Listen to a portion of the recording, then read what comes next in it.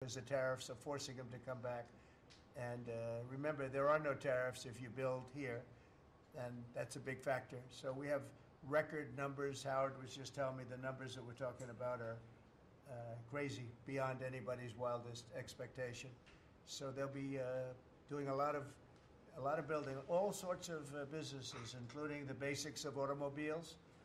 We have, as you know, Honda is coming in with a massive plant to Indiana, but there are many plants that are happening, and literally some are started already.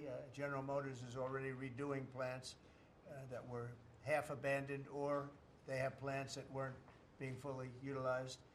They're going to be, they and others are going to be making parts and other things in those plants so that it's one-stop shopping finally. It's ridiculous. You had to go to Mexico, you had to go to Canada, a car went all over the place. It was like, I don't know how that would have worked, but that's the way it sort of ended up.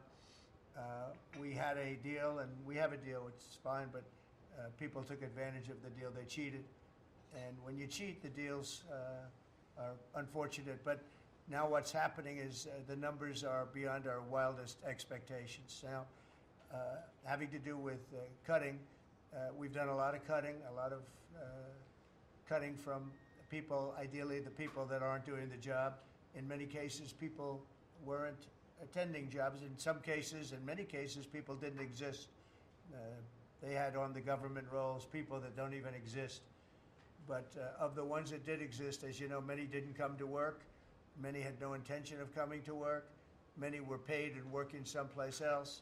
There were lots of bad scenarios, but they're being weeded out, and I think we're probably ahead of schedule on that.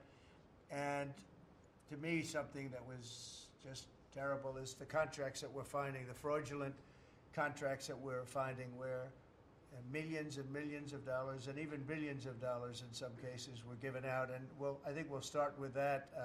I'd like to start with Doug Burgum, Secretary of the Interior. He told us about a couple of contracts that we have now found. When he got there, they saw this with Chris and everybody, and they couldn't believe it. Doug, could you just relate what you told us a little while ago? No, happy to, Mr. President. There's a federal consulting group, which was a group inside of Interior, but it was managing contracts from many different agencies that flowed through here. One of those contracts was to do surveys of individuals, $830 million for surveys. And so part of the question was, hey, could we actually see the surveys? And then the surveys came back, and a survey was like 8.5 by 11 sheet of paper with 10 questions that anyone's child in junior high could have put together, or AI could have done for free. $830 million. So that's one that we've stopped. And that contract was going out after you were inaugurated, sir. So Yeah. it was So jumping. It's a pure fraud. Yeah. It's a fraud. But we've had many fraudulent contracts that were caught by the work that Elon and his people are doing, and working with our people. It's been brought to light. The fraud, not just waste and abuse, the fraud has been incredible.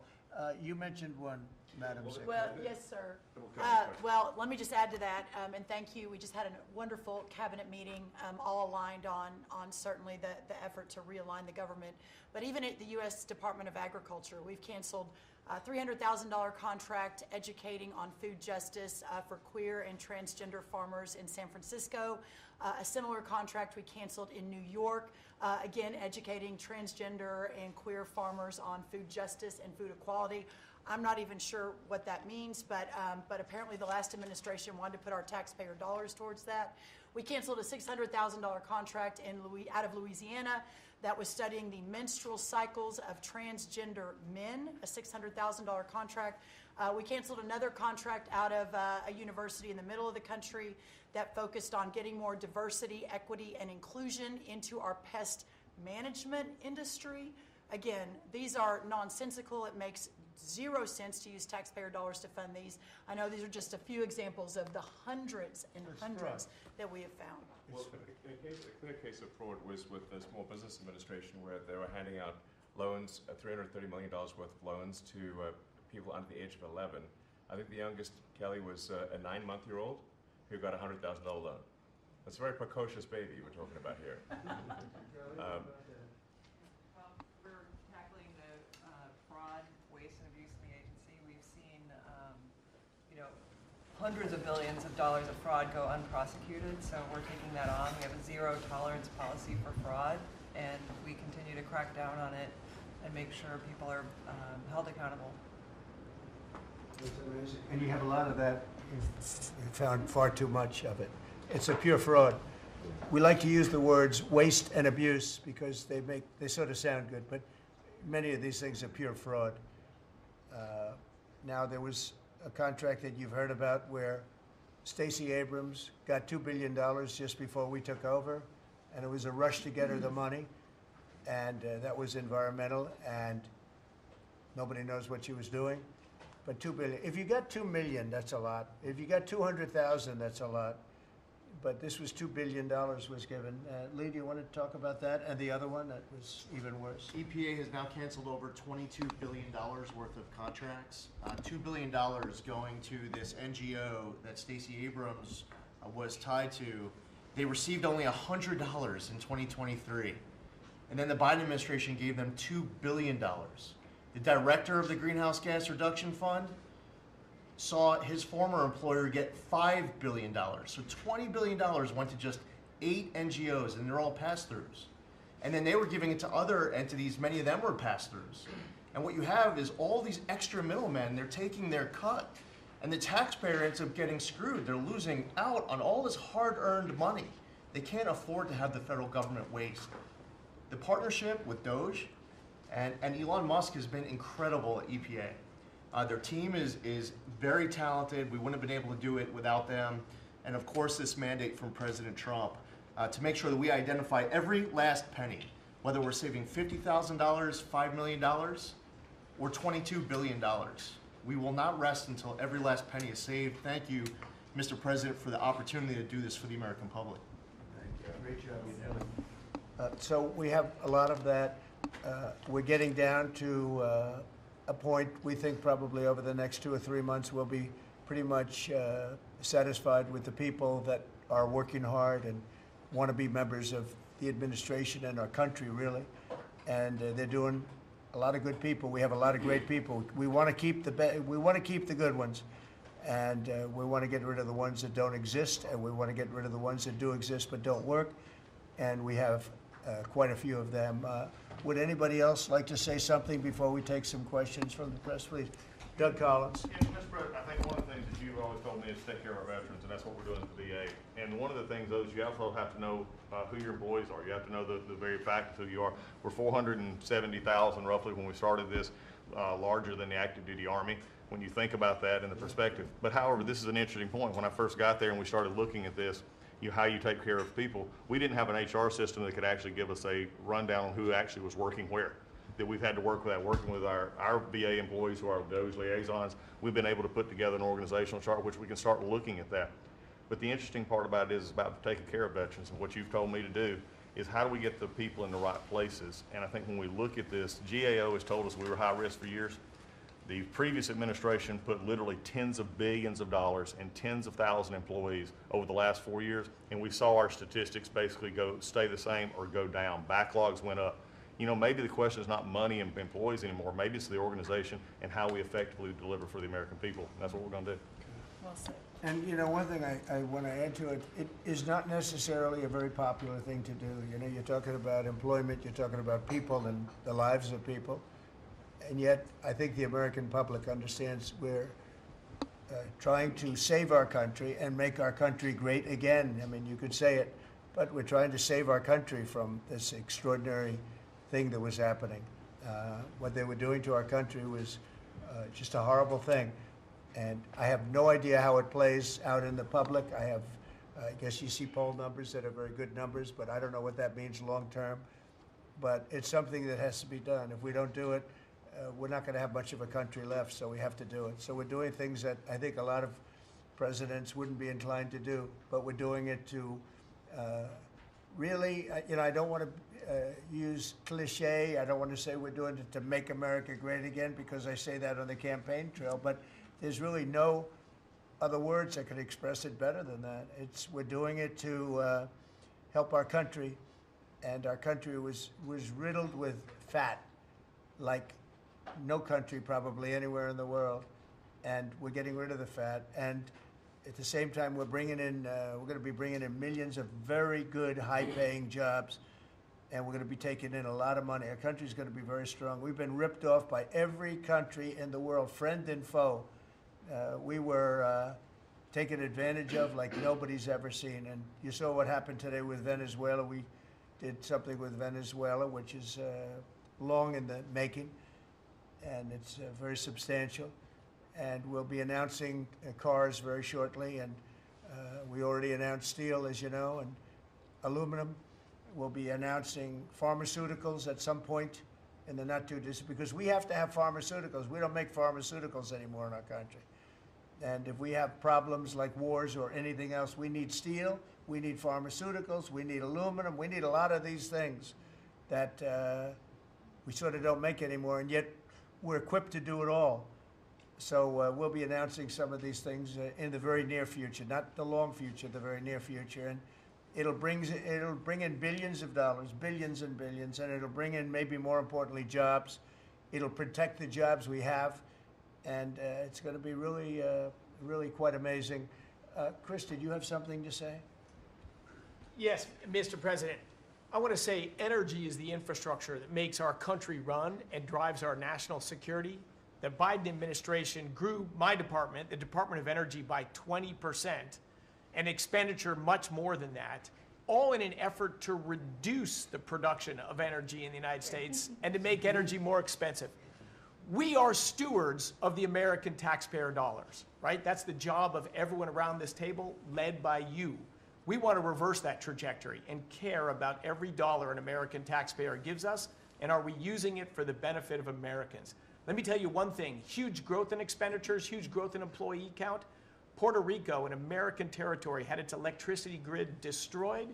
They had billions of dollars in the Department of Energy to help Puerto Rico, yet they didn't spend that money, because that money would have meant more energy, more jobs, more prosperity in Puerto Rico. They wanted to have them as a poster child of wind and solar. This island should run on wind and solar. That just doesn't work. But they cared about politics more than the American people, and they didn't treat the dollars like they were their dollars. Yeah. This table, the team you have assembled, we're treating the American dollars like they're our dollars. Thank you. You're doing a great job on energy, by the way. We have things happening with energy that will knock your socks off. A really amazing job. Howard, do you want to say a couple of words? Well, what is so exciting is April 2nd is just around the corner, and that's American Liberation Day. That's the day when the rest of the world starts to treat America with respect. And your leadership, understanding how the rest of the world treats us and what balance and what fair trade finally is going to be, is going to take care of America. It's going to launch the External Revenue Service to start to build the power and prestige of America back. And I'm honored to be helping you on that course. It's an interesting term, right? The External Revenue Service. We're going to take in a lot of money from the outside, and that's going to keep our taxes low, and I think getting a lot lower. It's going to be a lot of money, and the external will take care of the internal to a large extent. So I think it's going to be a beautiful transformation. Linda, you might say a couple of words. You've done so amazing. It's a 50% cut, and more importantly, we want to bring education into the states. We're at the bottom of the pack, but we're the most expensive per pupil, and we want to bring education back to the states where they can teach the students lovingly with their parents and with the boards and everything else, and they'll be every bit as good as these other countries. These individual states will do a phenomenal job. You want to say something?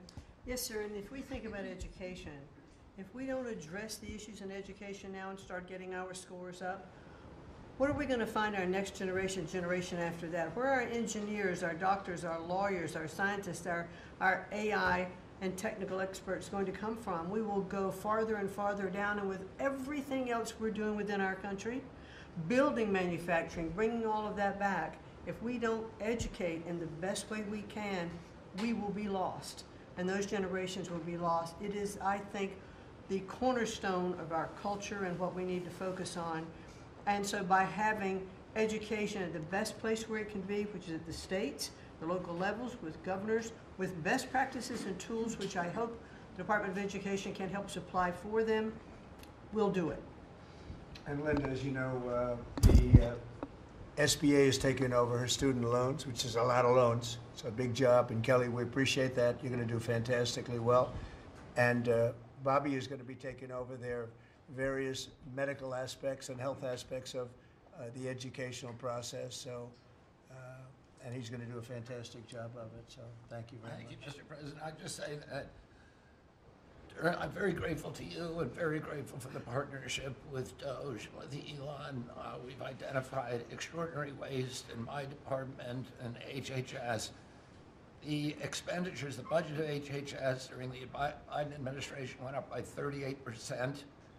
The employees went up by 17%, and healthcare went down. We have 40 comms departments. We have 40 procurement departments.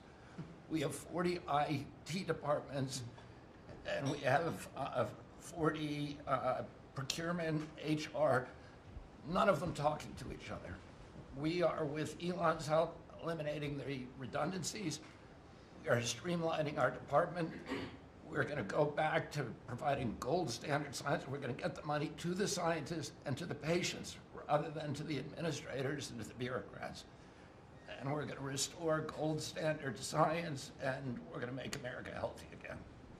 Thank you very much. It's great. If you might, Madam Secretary, say a little bit about what's happening and how well we've done at the border. Sir, this last week I was in Arizona, California, Alaska, and Florida, and CBP literally has almost 100% operational control of the border, which means that our country is secure and that we know who's coming into this country and that they love our country and they want to help keep it great into the future. We are, in the month of March, the last couple of weeks, increased our deportations by 50%, so we're now not even just getting the worst of the worst out. We're making sure that there's consequences for being here and committing crimes in our communities, and the numbers are continuing to escalate and to go up. Sir, this week I'm headed down to El Salvador. I'll be in the prison where we sent TDA members. I'll be meeting with the president and also Colombia and Mexico and talking about building these relationships so that we can continue to get people out of this country that don't belong here and take them home. And also, you had talked to me about sending the message worldwide about the fact that people shouldn't be coming to this country and they shouldn't be coming here illegally. So we are in several other countries around the world with a message right now that's saying, if you are thinking about coming to America illegally and coming here, don't do it. You are not welcome.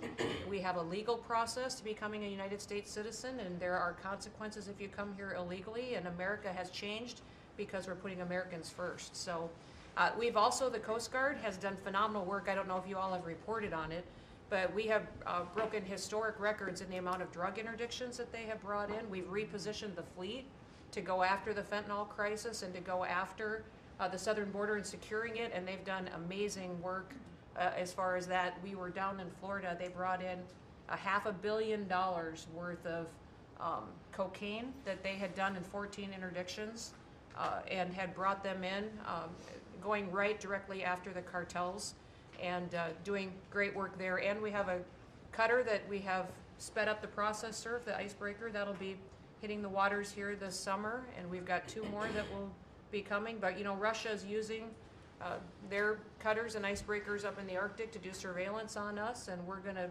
reposition our fleet to continue to partner. I want to thank the Secretary of Defense and the Navy for all of their help and partnership, too. We do operations together because their obvious Navy warships are in certain regions, but our cutters are faster and can work together in a partnership that's securing America. So, and we're going to eliminate FEMA. So we've got a lot to do, but it's all good, and we're working hard, and we're going to make sure that we're continuing to do exactly what you promised. That's great. Great job. Yesterday, there was a plaza that you know well. There'd be hundreds of thousands of people standing at that plaza, pouring into our country, totally unchecked. Many people from jails and prisons and mental institutions and gang members, and horrible. And they just pour into our country. Yesterday, I was speaking to somebody, I was checking on the border, and they said there was literally nobody in this massive plaza. You know, we're talking a plaza that would hold hundreds of thousands of people. There was literally nobody there. There was one person sweeping it, but there were no people. It's been amazing. It's been an amazing transformation very quickly. And we're getting the bad ones out first, and we're taking them out. And there's some really bad ones, murderers of more than one people. At least 50% murdered more than one person. This is the people that we're letting in through their open border policy. It was terrible, but I want to just congratulate you and Tom Holman on the job you've done. Sir, Boston this weekend, hundreds of dangerous criminals were removed, 4 killers taken out of the country just by what they did in Boston this last few days. Yeah. And these are killers that there's no reasoning. It's not like, oh, let's talk them out of it. These are stone cold killers. They don't care. They don't even think about it. They kill somebody. They go to sleep. They wake up. They don't even remember they killed them. These are bad people that should have never been allowed into our country. Pam is doing such a fantastic job. I thought maybe you could say a few words. Thank you, President. As far as we are hearing a lot about fraud, waste, and abuse, a lot of waste and abuse, but there is a tremendous amount of fraud. And Elon, thank you for your partnership. Thank you for your team. You have uncovered so much fraud in our government, and we will prosecute you. We have an internal task force now working with every agency sitting here at this table. And if you've committed fraud, we're coming after you. Thank you, Elon, for that. On the violent crime level, thanks to President Trump's directive, we are seeking the death penalty again. So all of these horrible, violent criminals that you're hearing about around the country, they will face the death penalty federally within our country. And the drug dealers need to get out of here because we are coming after you. We're going to have 94 great U.S. attorneys around this country, and everyone will be prosecuted to the fullest extent of the law. Thank you. Thank you, President. It's at your directive. I couldn't have said that better. That's very good. That's very good. She's doing a fantastic job. Thanks, Pam. Do you have any questions, please? Mr. President. Yeah, please. Mr. President, what can states do now to implement your Department of Education executive order? Well, I think what's going to happen is we are cleaning out a lot of things like the loans, student loans, which will be handled very professionally by people that do that. And then, as you know, RFK Jr. is going to do a fantastic job having to do with health and the other things, and frankly, better than the people at the Department of Education. You see the buildings all over D.C., and then the rest is the states are going to start coming in and taking all of the information on all of their students. And I think a lot of that information is going to be shipped to different states like Iowa, like Indiana, like so many. They're so anxious to get, they're calling us, and they're so anxious to get it. We'll be shipping the records of the children that they're taking care of, that they want to take care of, and the process will begin. And I think it won't be that long before the states will be really running the Department of Education. Our teachers are going to be taken very well care of. And I said, personally, I don't care union, non-union, it doesn't matter. Teachers are so important to this country and to me. And we're going to take great care of our teachers. And I know it's very important to Linda. So I think you're going to see a tremendous change very quickly having to do with education. And the process has already begun, very strongly begun. I think we've done, in whatever it is, 8 weeks, people are amazed at how much we've done in terms of the safety of the country. In fact, I would like to ask maybe Marco to say a few words on what's happening with respect to, in particular, Russia, Ukraine, where we have some pretty good news. I think we want to get it stopped. We're losing 2,500 young people, and these are Russian and Ukrainian people largely. And they're not American people, but on a human basis, we want to get it stopped, and we want to stop spending billions and billions of dollars to a country that we think it's time, and we're doing pretty well. Marco, do you want to say something? Yeah, Mr. President, first of all, I think the American people should be proud that we have a president that's promoting peace and the end of conflict on this planet. This is a war that's gone on for 3 years, as you pointed out, that, as you rightly pointed out, would have never happened had you been president, but now it's here, and it needs to be brought to an end. There is no military solution to this war. It has to end through negotiation. And there's only one leader in the world that's capable of bringing two sides to a table. And that's our president, the president of the United States, President Trump. And that's what he's done. And so today, even as we speak, we have teams on the ground in Saudi Arabia meeting with the respective sides in the hopes of making progress towards this outcome that we all want to see. And I think that the country owes you great debt of gratitude, and the world really, because I mean, you're the only leader in the planet that can bring the two sides together to bring an end to this conflict, and that's what you've done, and you've done it despite, you know, impediments from other countries and others who maybe have different opinions about how this should go. But ultimately, I think that the only chance we have for peace is through the President's leadership, and you've shown that, and we hope it'll bear fruit, and today will hopefully be one step more in that direction. Thank you, Marco. And on the Middle East, another hot spot that we didn't have a problem with. There was no problem in the Middle East when we left, and now there's a lot of problems in the Middle East, but we're working on that. But I think we've seen significant progress, and I think you'll have we're going to start, we were talking with the Vice President a little while ago, and you're going to see countries start to fill up the Abraham Accords. More and more countries want to join. That was a great success, tremendous success, and then Biden and his group did zero with it. That should have been filled up within a year of the election, would have been filled up.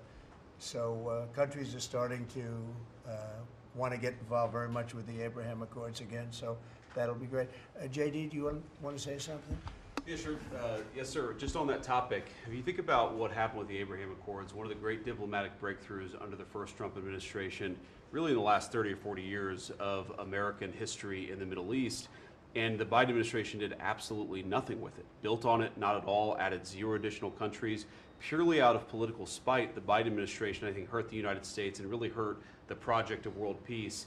That has changed. Luckily, about 2 months ago, we got a new president, and that president has given us the task of building out the Abraham Accords, adding new countries to it.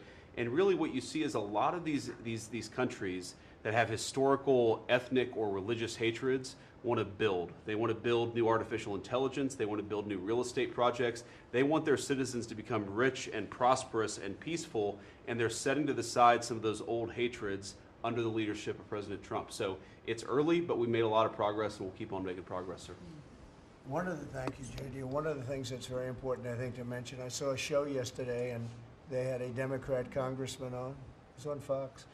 And he said, well, President Trump said prices would be coming down, and instead he's focused on other things. Well, we are focused on a lot of other things, like peace, like all of these companies that are moving in and jobs. But what he didn't say is that prices have come down very substantially. And if you look at when I came in after 1 week, they were screaming at me about eggs. Eggs had nothing to do with me, but they were through the roof, and you couldn't get them.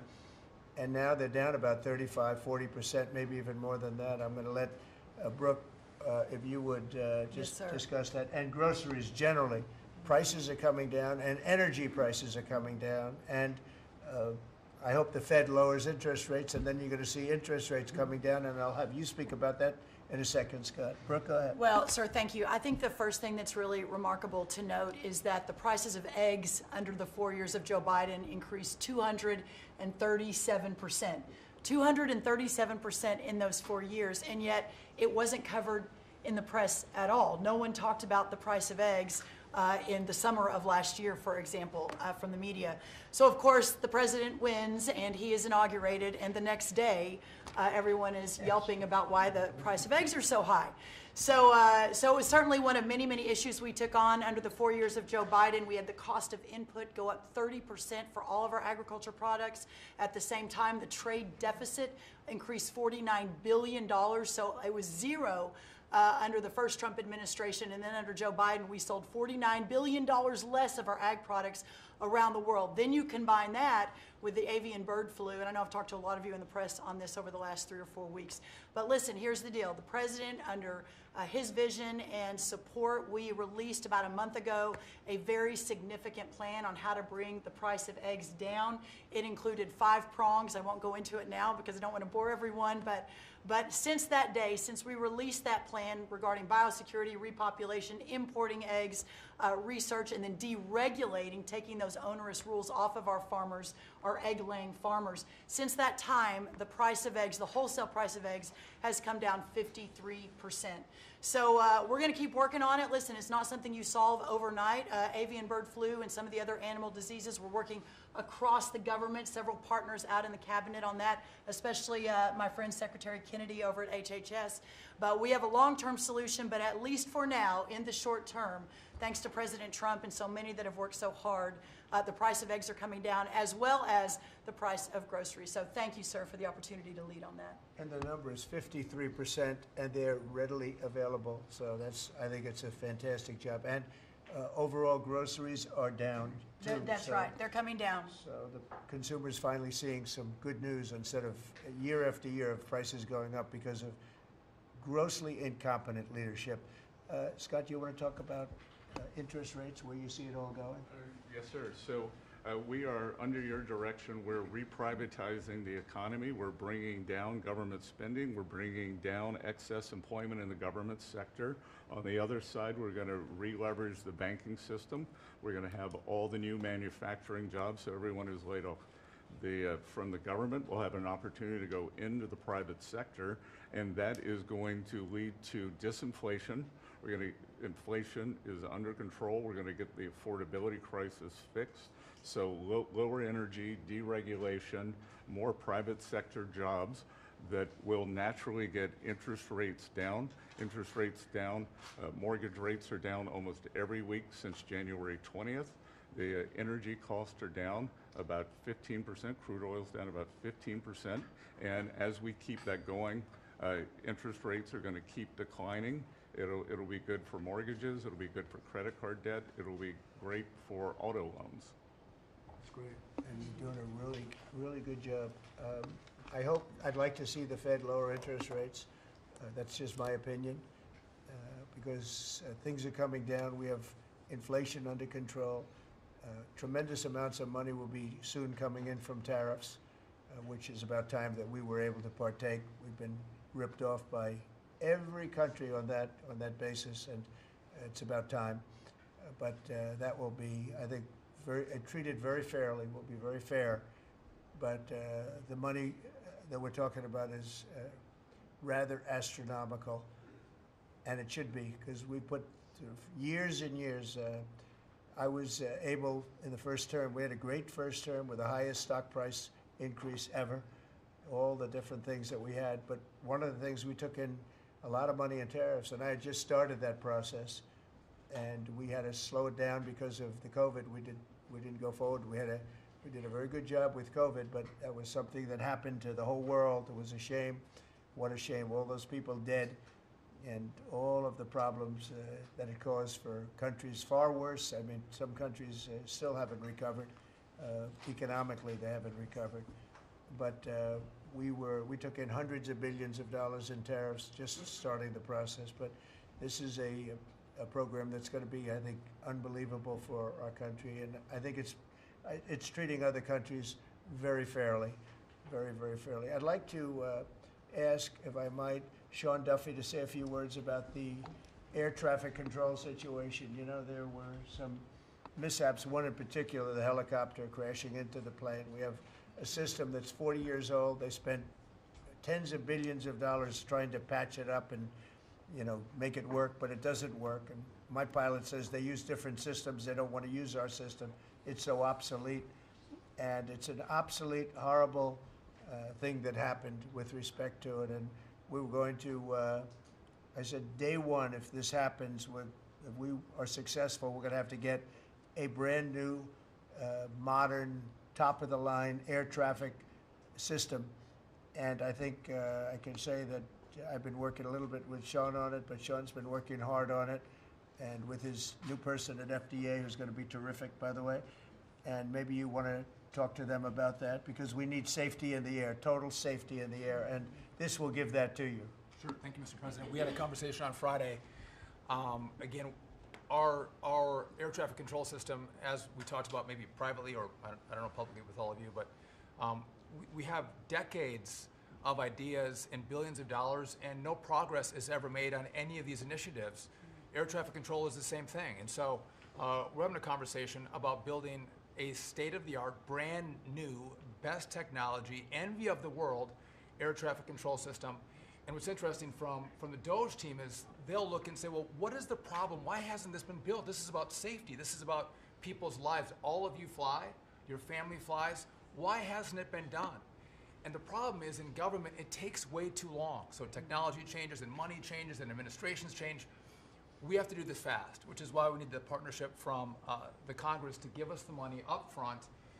The best ideas and the best technology available in the world, we're going to build in the system. I think, Mr. President, we can do it in 3 years. I think Trump Tower was built in 3 or 3.5 years. I think we could match the Trump Tower time frame. 2 years. Okay. 2 years. Maybe not that good, but about 3 years. And again, we have to choreograph because again, our towers are operational, keeping planes in the air. So we got to choreograph this, but we can do it in short order. If I can just make one other point, Mr. President, we're $36 trillion in debt. You've never had a Doge. We've never come in and looked at our government the way, Mr. President, you've looked at this government and said, there's too many people, there's contracts, fraud, waste, and abuse. And so we've had a few bumps in the road as we've gone through this process, but if you look around this room, everybody has seen how the process has evolved, and everyone appreciates some of the insight and technical support that we've gotten to make this government more efficient, to make it more responsive to the American people. And so, again, when you have a new system like this, you'll get some bumps. But things are rolling out. The last 3 weeks have been much, much better as our teams have integrated and we're working to deliver for the American people. And I would say some of the press had made comments last time about what happened in the last meeting.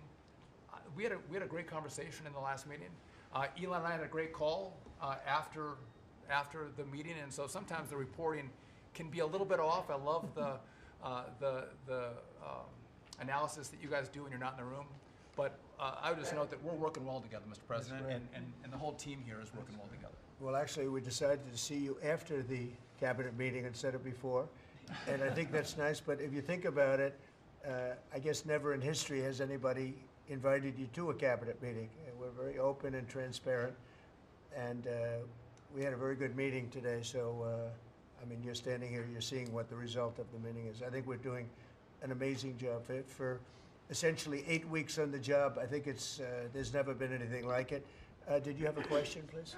Two, actually, if you don't mind. Thank you for having us. Thank you. We appreciate it. One, actually, to follow up on the Attorney General's comments, and then one for you. You said that you're now preparing to prosecute examples of fraud across federal agencies that have been referred to you. Is that what you said? We are working with a team. We have a team of attorneys in place working with Elon's incredible team, helping us, taking referrals from the cabinet members. You know, these are your tax dollars. And a lot of it is just abuse, a lot of it's waste. But if it's fraud, we are investigating it, and we are looking at multiple cases of fraud throughout the federal government. One for you, Mr. President. Greenland is confused about the Second Lady and the National Security Advisor visiting this week. They're concerned that this is further provocation, whatever it is you ultimately want for Greenland. Could you further explain why they're going? What is the ultimate end goal when it comes to Greenland? Yeah, well, not provocation. This is friendliness, not provocation. We're dealing with a lot of people from Greenland that would like to see something happen with respect to they're being properly protected and properly taken care of. They're calling us, we're not calling them. And we were invited over there, and I thought it would be I have great respect for the wife of our great vice president. I think she's she's a brilliant woman. She's a very nice woman, and she loves the concept of Greenland. And so she's going there, and I think Marco's going there, and some others are going there. But we've been invited, and they really like the idea because they have been somewhat abandoned, as you know. They haven't been taken good care of. And I think Greenland's going to be something that maybe is in our future. I think it's important. It's important from the standpoint of international security. And if you look at the ships outside of Greenland, you have Russia, you have China, you have lots of different people and lots of different places, and it cannot go on the way it is. It's not going to go on the way it is. I'll make a statement. It's not going to happen. So they're going there, and that's purely friendship. Who's doing the inviting? You said people, A lot of people, yeah. People from Greenland are asking us to go there. We have many, many requests from many, many people, some officials too. Mr. President, Yes, can I ask please. you about economic forecasts? I saw one economic forecast coming out from the OECD this past week. They are forecasting stagflation for the United States, a downtick in terms of GDP growth. Do you agree with that forecast? What do you see over the course of 2025 for our Well, we inherited a very, very bad and perilous situation from a group of people. Again, we just got here from a group, and this takes a long time to develop, from a group of people that truly didn't know what they were doing. And you see that with not only costs, you see that with all of these fake contracts that have been given out. So we inherited a bad situation, but I think we're going to have an economy that booms. I think when it all kicks in, it's not going to take very long, because some of these people that announce that they're going to spend billions of dollars, I mean, literally, Apple is spending $500 billion. They've never made anything close to that to do that. They're building plants here instead of China, instead of other places. When it all happens, and it's going to happen very soon, these are people that are already, in many cases, they're already starting. They just announced, in some cases, they announced, but they actually started before the announcement, as you know, because some are already building. This is going to kick in. I think it's going to be amazing. So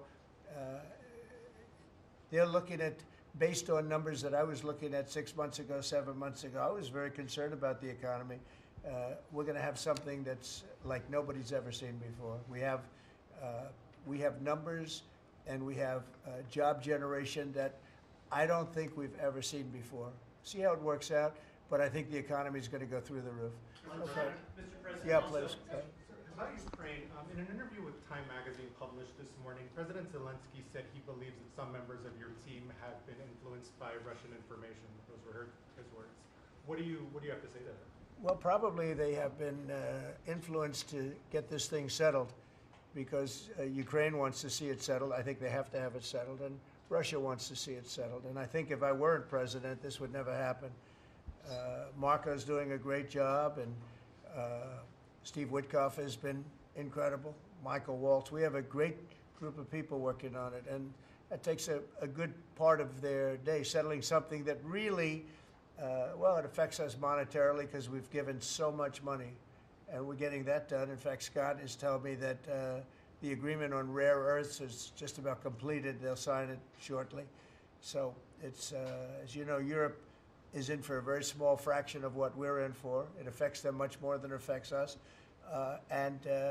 Again, they are in as a loan, which nobody knew until I came along. Europe is giving the money to Ukraine as a loan. We were just pouring money into Ukraine. It was a very unfair situation. So we made a deal on rare earths. But most importantly, we want to stop the killing that's going on. 2,500 on average, mostly soldiers, a week are being killed. And they're Russian and they're Ukrainian, and if we can stop it, that's a very important thing to me on a human basis. Okay, anybody else? Are you signing the rare earths deal today? Is that what you mean? No, we'll be signing it soon. So on Ukraine. It'll be signed very soon. Can I ask another question on Ukraine? Yeah. You recently mentioned the fate of all the Ukrainian children abducted and transported to Right. Russia. So are you demanding that Russia return these kids to their families in Ukraine? Well, it's one of the things that we're talking about. I know that no decision's been made. We're talking about territory right now. We're talking about lines of demarcation. We're talking about power plant ownership. Some people are saying the United States should own the power plant and then work it that way because we have the expertise to fix it up, et cetera, et cetera. It's okay. That would something like that would be fine with me. But they are talking about ownership of the big nuclear power plant in particular. But all of these things will come up, and they have come up, and that has been discussed, yes. Okay, I want to thank everybody very much. This was a great meeting. These are phenomenal people. We're lucky to have them. I have to tell you, I want to thank you all, and Elon, I want to thank you. I know you've been through a lot with this horrible situation that happens. That's right, saving America. It's very unfair. What he is a patriot. Here's a man that I can tell you, he's a friend of mine. He's become a friend of mine. He supported me in the election. That's when I got to know him. Really, I knew him a little bit from the first term, but not much. But he's a patriot more than anything else. He's never, think of it, he has never asked me for a thing. He could have. I always say, I wonder if he's ever going to ask me for something. And that's always subject to change, and if it does change, I'll let you know about it. But Elon has never asked me for a thing. I mean, I got rid of the electric car mandate. I have no idea how that affects him, but possibly not good. I don't know. But he's never asked me for a thing. And I think that's an amazing tribute. I did get activated last week when I saw what they were doing. I said, he makes an incredible product, and we're going to go out and tell people you can't do that stuff and support him. They got to support him, because if he wasn't doing this, he wouldn't have any of these difficulties. And I think it's getting less and less. Pam has done a great job with regard to all of the, I mean, I know the kind of investigations that are going on. If she finds them, which she will, she already found 4 of them. But I think they're going to suffer very grave consequences, because they're really terrorists when you think about it. They're terrorists at a high level. And I think the people that are financing them, they could very well be people I know, people that you write about. But those people are in big trouble, so they better cut it out. But Elon's a patriot. We want to thank you very much for the job you're doing. Thank you very much. Thank you very much, everybody. Thank you. Thank you, everybody. Thank you very much. Thanks to all the Doge team who are getting death threats on a daily basis. Just trying to do the right thing for the American taxpayer and for the American people. Just a thank you to the Doge team who are literally getting death threats and being accosted. And you know, these are, a lot of them are just kids. You know, they're just trying to help out, and they're very talented. They could get jobs for millions of dollars a year. Instead, they come here.